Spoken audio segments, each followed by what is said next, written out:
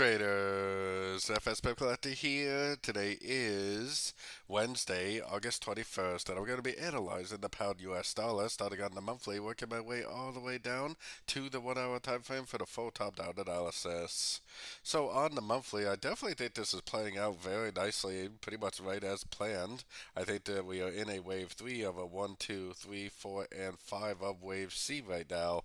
I think this is a wave A. I think this is 3 waves down for a wave B. And yes, that is a lower low, and I think this is going to make a higher high, which is why I think it's an expanding flat wave C. I think it is going to go up and take out all these previous highs and look something like that. So let's take a look at it on the weekly time frame. On the weekly time frame, I think this wave 1 ends right here. Then we have a running flat ending right here for wave 2. Then 5 waves up, wave 1 of wave 3, WXY, wave 2 of wave 3. I think from that point on, all this little pullbacks and stuff is nothing more than just a subdivision of a wave 3 of this wave C to form that pattern that I was showing on the monthly time frame. Taking it down to the daily time frame, we just came back up to the previous highs on the daily.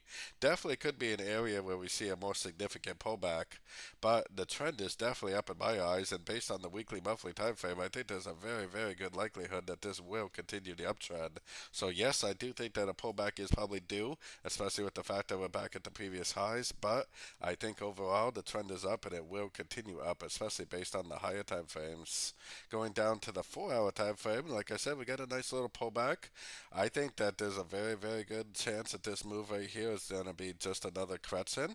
Maybe it'll be a little bit more of a significant pullback, something like this right here. But I do think that the trend is up, and I do think the trend will continue up.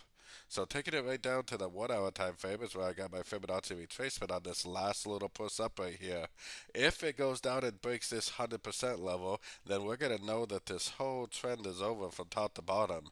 If not, then definitely I would be continuing to look for longs in an uptrend. I'm looking for 1, 2, 3 waves down to a Fibonacci retracement level of the last push up. If it does make 3 waves down to a Fib level with a nice big impulsive engulfing move to the upside, just like what's been going on for the last couple of weeks, little 1, 2, 3 patterns, 1, 2, 3 patterns down the Fibonacci levels, then that is exactly what I would be looking for another entry to go long for the continuation of the uptrend.